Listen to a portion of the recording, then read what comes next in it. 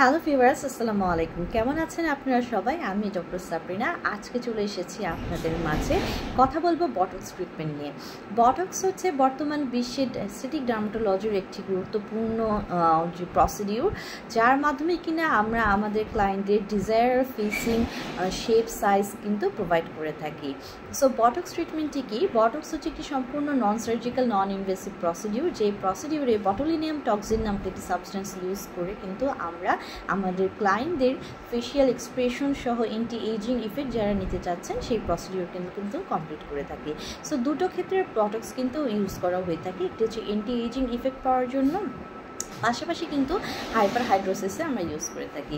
So বয়স বাড়ার সাথে সাথে কিন্তু আমরা দেখি আমাদের ফেসে চলে আসে এজিংয়ের সাইন অ্যান্ড সিমটমস, বলিরেখা পড়া, ফাইন লাইন্স চলে আসা, রিঙ্কেলস চলে আসা, সেই সব জায়গায় কারেকশন করার জন্য কিন্তু আমরা বটক্স ইউজ করে থাকি। পাশাপাশি আমরা যখন আমাদের ফেসে দেখা যায় দুই ধরনের কিন্তু লাইন অ্যাপিয়ার্স করে। একটা লাইন যেটা সবসময় দেখা যায় স্টেবল থাকে, আপনি কোনো এক্সপ্রেশন দেন অথবা না দেন, সেই লাইনগুলো কিন্তু দেখা যায় ফেসে সবসময় অ্যাপিয়ার করে, যেটা কিনা অনেকের ফোরহেডে থাকে, অনেকের সারাউন্ড দ্য আই এরিয়াতে থাকে। আর কিছু থাকে ডাইনামিক লাইন, যেটা কিনা আপনার এক্সপ্রেশনের সাথে জড়িত। আপনি যখন হাসেন অথবা যখন কাঁদেন, যে কোনো ধরনের এক্সপ্রেশন দেন, তখন কিন্তু কিছুগুলো মাসেল দেখা যায় যে অ্যারাউন্ড দ্য লিপস এরিয়াতে বা নাকের চারপাশে কুচকে যায়, ঠিক আছে?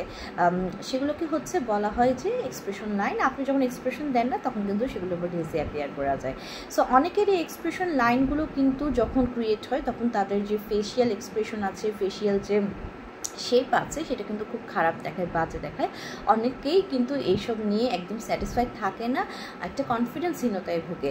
সো এইগুলোকে কিন্তু কারেকশন করার জন্য বটক্স ইউজ করা হয়। এখানে বটুলিনিয়াম টক্সিন ইনজেক্ট করা হয় সেই সব অ্যাক্টিভ মাসেলে, যে অ্যাক্টিভ মাসেলগুলো কিনা এইসব ভাঁজের জন্য, এইসব লাইন ক্রিয়েট করার জন্য দায়ী। সো এটি আপনার মাসেলটাকে, অ্যাক্টিভ মাসেলটাকে রিল্যাক্স করে দিচ্ছে, যার ফলে আপনি যত এক্সপ্রেশন দেন, সেই ভাঁজগুলো, সেই লাইন্সগুলো কিন্তু একদমই ক্রিয়েট হয় না। সবসময় আপনার ফেস একটি অ্যান্টি এজিংয়ের মতো আর টান টান একটা ফার্মিং ফেস কিন্তু আপনারা পেয়ে যাচ্ছেন।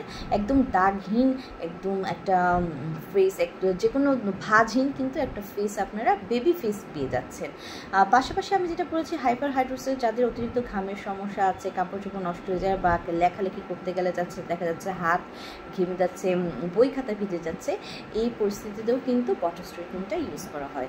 সো বটক্স ট্রিটমেন্টটা আমরা 4 থেকে 6 মাস পর রিপিট করতে বলি। একবার করলে সেটি 4 থেকে 6 মাস পর্যন্ত স্থায়িত্ব হয়, এবং হচ্ছে নেক্সট সেশনটা আপনি অবশ্যই কমপ্লিট হয়ে যাওয়ার পরে আসবেন না। 4 থেকে 6 মাসে যখন সেটাগুলো ডিসঅ্যাপিয়ার হতে শুরু করে, নেক্সট সেশনটা আসলে তখনই নিয়ে ফেলা উচিত।